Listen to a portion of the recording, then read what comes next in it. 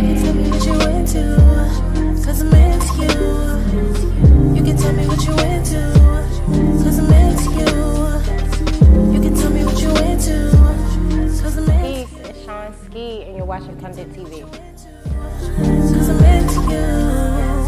Baby, can you keep it real with me? You feeling me? I wanna see you build with me. I'm saying, tired of playing, so let's make it You already happen. know what's going on. It's Putting the TV. I'm Simone. I'm Zed Black. Shonski. And we are the collective. How you doing, Shonski? I'm good. How you feeling? I'm good. We've been waiting for a minute to have you on. I know. The last time I think I got busy or something like that. Yeah. You know, this is a long time coming interview. We've been watching Shonski for about a year. Yeah, I was gonna say like a year. For a year. So this is a highly anticipated interview for us. Oh, well, thank you. Listen. I've always been excited to come here, and it's nice to get interviewed. So I'm happy to be here. Yeah, you was on the other side of these tables. Yeah, at some point. Let's tell us about that. Like, how you get into it? A friend of mine, his name is Freeze. We met in about late 2015, and he was just already making a lot of moves in Baltimore, building up his network, and he started a radio show, and it was just like a lot going on. He first was like co-hosting the show, and he was like, you should come and you should guest host with me and do the show. And then we came and we did it, and it was like stuff going on, and we just kind of like kept that show running. It wasn't his show yet, and then he got a spinoff and he got his own show, and then I became a part of that, and we were Strong Way Radio, and it was crazy. Like, we had a lot of people come through that show. And just shout out to Freeze, because I don't even know how he does what he does or did what he did at the time, but he was just like a big factor in me doing media. That's really good. So who is Shonski? Tell us about who is Shonski. I like to call myself a creative because I do a lot of things. I never really thought that I would be taking myself this seriously as an artist, because I'm a mom, so I'm a mommy first. Oh, really? Yeah. A one? No, I have 3. Wow. I didn't expect that. Definitely did not expect 3. Okay. So, I am just an artist that's figuring out exactly where I want to be, like where I fit in to all of this, which I feel like is a lane all my own, because everything that I'm doing is like almost like I'm trailblazing this shit. I didn't even expect to be here, like at this point in my career. Like, I dropped my first project in 2022, which is Somewhere Out There, and that was hell. And I was like, damn, do I really want to do this? Like, do I really want to do this artist shit? But now I'm to a point where it's like, you got to go through all of that rocky shit to get to like, all right, I'm cool now. But yeah, just an artist out here trying to get it or whatever. Okay, I like it. Well, go ahead, Zay. with you saying like you're trying to get to it exactly. What is your it? What is your goal? My it is being able to provide for my family, really, because this isn't just a means to an end as far as money. Like, of course, I've always seen myself being an entertainer. That's something I've done since I was a child. I like to put on shows for my family, and I was always like, in school plays and stuff like that. So just really living out my dreams and being able to take care of my kids with my dream. Okay. So I've watched some footage. Mm-hmm. What goes into your preparation with the show? Because it seems like with the style of music that you have, you bring such a unique performance. Mm-hmm. So when preparing for what you want to do, what you want to look like, or even trying to set the mood of your time on stage, like what goes into that preparing? I feel like I'm really intentional about rehearsing. And I would really have to thank Bari for that, because he is like a super duper perfectionist when it comes to how things are supposed to sound. He's like the sound person. We just kind of sit and we bounce ideas off of each other and we build everything up. And I like to kind of stray away from like doing songs exactly how they're recorded. So when it goes into the performance, I'm like, we have to give people an experience. Let's strip it down, or like let's like make it more festive and more fun. I'm really particular, so. Okay. So that's intention. That part is intentional. That's extremely intentional. Okay. The looks is not at all. Like I could in my mind think, okay, I'm gonna dress like this for this performance, and I go with something totally different. So that's just however I feel that day. Okay. You give like an Erykah Badu type of performance type vibe. I like appreciate it's, that. Like it's authentic, and you take your time. So that's why I asked about the preparation, because you do really good with preparing. And I think we hopped on your live one time, and you was actually this was recently, like this week, and you was preparing for a show. Yes. And I was like, oh, well, the way how she's going about it is like it's going to be authentic. Like, yeah, she's practicing, but she's going off of the vibes in the room. Yeah. So I appreciated that. Thank you. I appreciate y'all, tuning in. Even if it's just like one person who's interested in what I'm doing, I'm grateful for it, because I've always been like shy, and I know it's probably like, you probably don't believe me when I say it, but I'm extreme. He gave me that look like he didn't. I'm extremely like shy, like I can be. I'm a introverted extrovert, very much so. Yeah. I would say, if you don't mind me asking, how old are your kids? So I got a 14-year-old. I Shit. I was a young mom. I have a 14-year-old. Didn't have prepared to hear that. Okay. I have a 6-year-old and I have a 4-year-old. That nigga is grown. Yeah. She's grown. She's definitely She's grown. Sorry.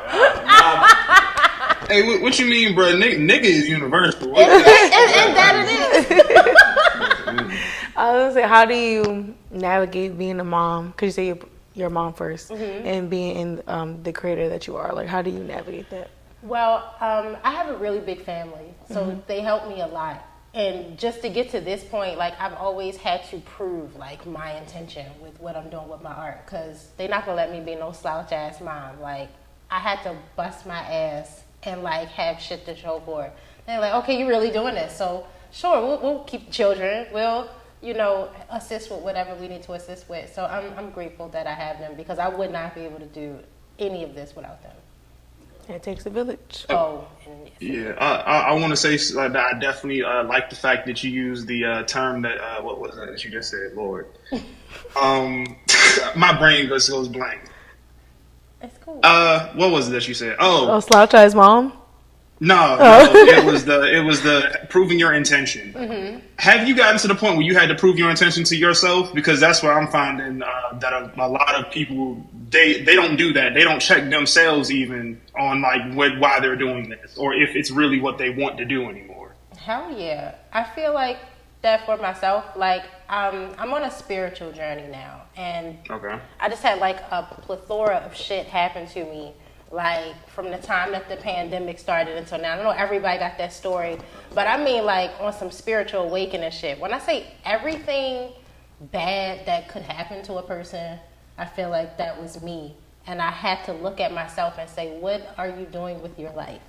What are you going to do from this point on? Like, I can't sit around and feel sorry for myself if shit don't work out the way I wanted to. I have to figure it out, and I have to pray, and I gotta meditate. And some people, they kind of just go in this downward spiral where like they just start doing a whole bunch of shit, whether it be drugs or like all these vices that just really takes them further away from what they're doing. And it's like when bad shit happens to you and you keep leaning into your purpose, then it starts to make sense to you. But some people don't want to go through the hard shit to get to the good shit. I like that. That's some good preaching right there. Well, okay, now we got all the good shit out of the way. We got the good shit out of the way, right? Not the good shit out the way. Did we? We got, y'all know who Shonski is, y'all know her vibe, that's... It's hot seat down. So right now I'm noticing that you and this guy got a couple shows together. What's the chemistry level? Y'all together? Y'all not together? Y'all figuring things out? Or y'all just cool? That's your people? We are together. And the chemistry level, especially musically, is what kind of like brought us together. Random. Like, he was like, you should come to my studio. You know how niggas, I'm like, this nigga just want me coming to a studio.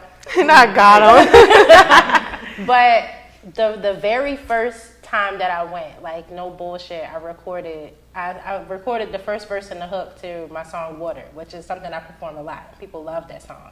Oh man, Like, got her in the studio yes, and song Water. the very he first said, I know session. what I'm about to do. Yo. He said, splash. He said, wet. Let's get it. Okay. He was funny. Alright. But yeah, it was bananas, and he was the first producer I ever worked with where we actually just like build everything up in there. He played chords, and I'm like, okay, I like that. Let's keep it going. I never had that. Like people would send me beats all the time, but like to really create everything on the spot, it was magical. So I guess my question: who made the first move? He did. That wasn't me. I be chilling. I was about to say, who sent the invitation to the studio? I mean, yeah, no. He sent the invitation, but he like, all right, I got her there, but let me see if she gonna work for it too. No. Y'all know men like want us to, chase them sometimes. So I want us to know if that's what she had to do. I'm just saying. Listen, I can tell you exactly what happened. Right to the studio, he liked the vibes. They cut off the music, and then they started talking. Yes. For a really long time. How did you know? Yeah, we was talking forever, and it's like by the time we got to like maybe it's 10 o'clock at this point. I got there maybe at like 6. Mm-hmm. It's like 10 o'clock now. We talking, and I'm like, wow, this guy's great. She said, damn. And then he said something. And it's like these little things went off in my head. He said some shit like, yeah, I work with a lot of artists, and I'm like, do you be fucking with the artists that you work with? And he was like, nah. It just seems like I create the space. And I said, he a real nigga. He said, that's right. That's exactly what happened. That's my boy. That's hilarious. Nah, but yeah, I've just noticed y'all, intertwined with engagements, so the chemistry does seem like it's there. Okay. I mean, I was asked that question too. He just beat me to the punch. I just wanted to make sure we. Anyways, but that was my question. I mean, you stole mine, so I gotta think about one. So y'all being together, of course, it makes for the great chemistry and everything like that. Mm-hmm. It has to come with some friction, though. I imagine that's not exactly the easiest thing in the world at all times. It's not, and it's crazy because like you hear a lot of creative people say, "Oh, I would never date anybody else that's as creative," and it's like that's really just one part of it because when you get into relationships with people, you just like romanticize the idea of who you want them to be and shit, and it's like I'm becoming more mature and I'm understanding like it's gonna be a lot of shit about people you don't like, and do I want to put up with that, and do I want to learn you past your flaws and just the bullshit that comes with you, even with myself. So hell no, it's not easy, but I just assume that it's like that in every relationship once you get past like the infatuation. Yeah. Does that ever like scare you? Like, does that put limitations on how creative you can be? What do you think? That's a good question. I feel like that it was a time where I did feel that way. Cause you can't say fuck that nigga. He go, what nigga? You can't be talking about you got all these problems and he picking it up on the song. And right. Like, he just stopped the whole session. Like this is not look, this cut. In the future, nah, my homegirl wrote this. Just so you got this right. You know the famous Twitter line. It's asking for a friend. Right. I'm talking shit for her. I'm not talking shit for me. So yeah. Yeah, hell yeah. I feel like it was a time where we did record something, and he was like, "Damn, you talking about me, ain't you?"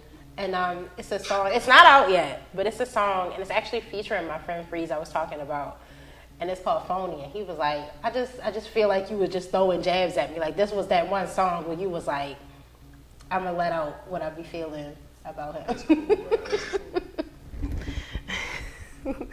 Well, you stole all my ideas and my questions, Lord. But I noticed that you got little shops on your Instagram bio. You had like the little crystal shops and your shirts. So tell us about that. So the Crystals is a collaboration with Zanomi. I'm not sure if y'all familiar with her work, but she's really great. She like raps all of her crystal pieces, and she's just a joy to be around. And she's helped me in the past with like a crystal collaboration, and I love crystals. Like my room is completely a crystal shop. That makes me nervous. You be charging? Yeah. Crystal girlies make me nervous, so I'm weary of you now. Why? Can I ask why? That I don't know. It's just something about the rocks and the charging them and drinking the water with the. It's like somebody told me something about with water in the rocks. I don't know. All that seemed like witchcraft to me. Hey, so are they the spiritual version of Forex niggas? Like, yeah, might as well be. I hate them just as much as the Jehovah's Witnesses. I hate them just as much. I don't know. I feel attacked. Well, Forex, like, one thing that I have learned about myself, so my father's side of the family is Honduran, and if you go into the history of Honduran people, that's the ancient Mayan community, and the natural resource of the ancient Mayan community is obsidian crystals, and that really helps with like blocking psychic attack. People be trying to come with you and play mind games and all of that, and it's like for me, I can see why people take like these different aspects and say, oh, it's witchcraft. And it's like, everything that's good can be evil too. Right. It's the duality that we live in. And it's like, however you choose to practice what you're doing, you got to do everything with intention. And my intention isn't to cast spells on people and like ruin your life type shit. But what if you do it by accident? Not by accident. It has to be intentional, even with the evil intention, like, because it won't work. You have to intention. You just gotta know what the fuck you're doing. Like, I'm gonna do something because I want this result. That's intention. So with you being spiritually connected in that type of way, right? How do you go about like people who did you wrong? I mean, it's not up to me. I have to let that go, and whatever their karma is or whatever happens to them, like, it's not for me. Like, with me carrying that baggage, I'm not God, and I'm not trying to be God. So if you did some fucked up shit to me, I'm gonna cry my river, I'm gonna build my bridge, and I'm gonna get over it. All right, one more thing. If you did fucked up shit to, you said what? You know where I'm going with this? No. Okay, just say it again.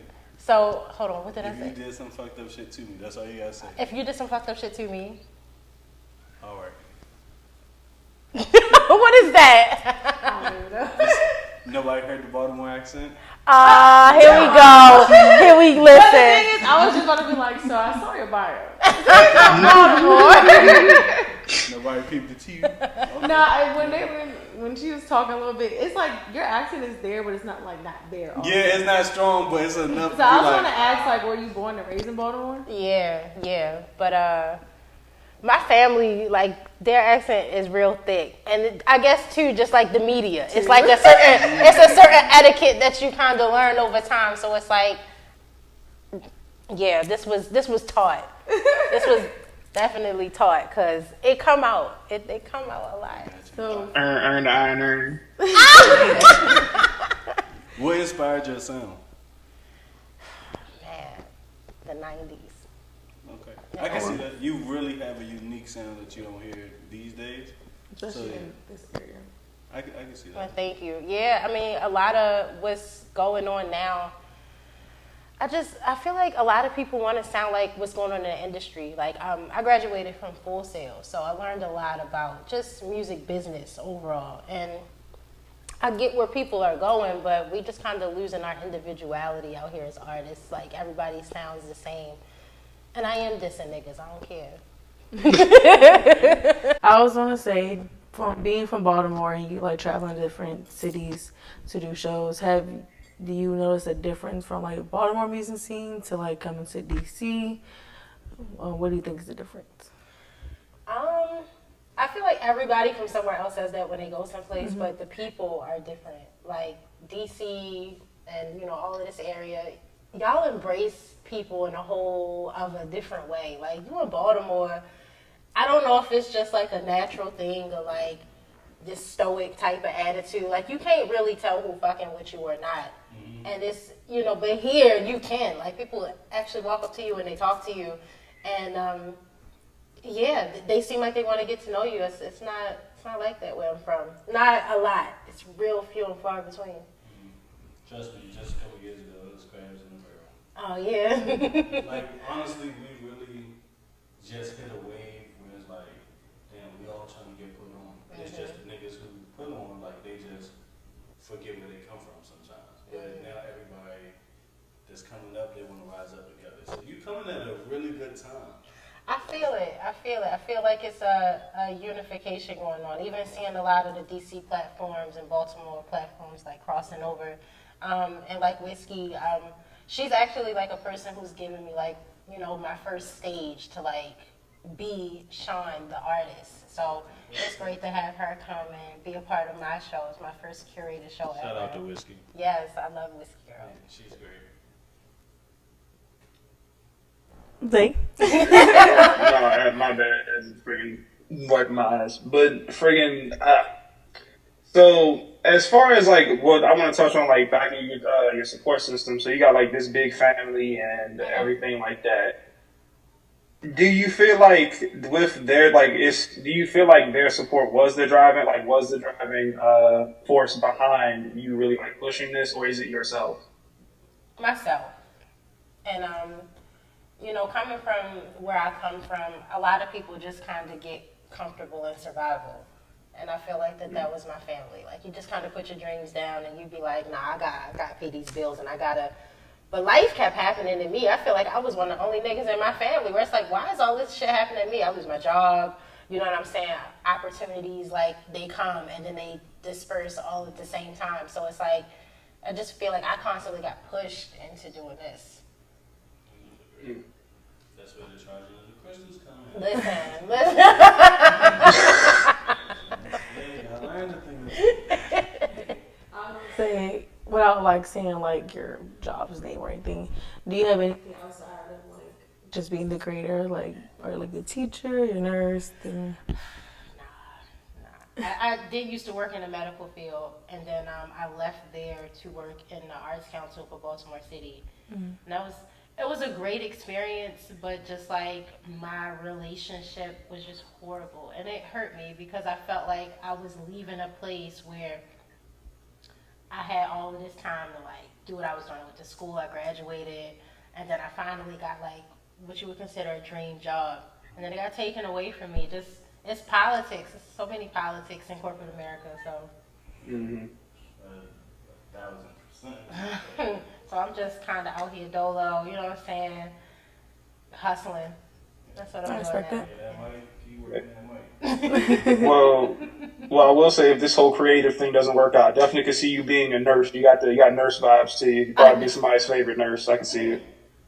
Well, thank you.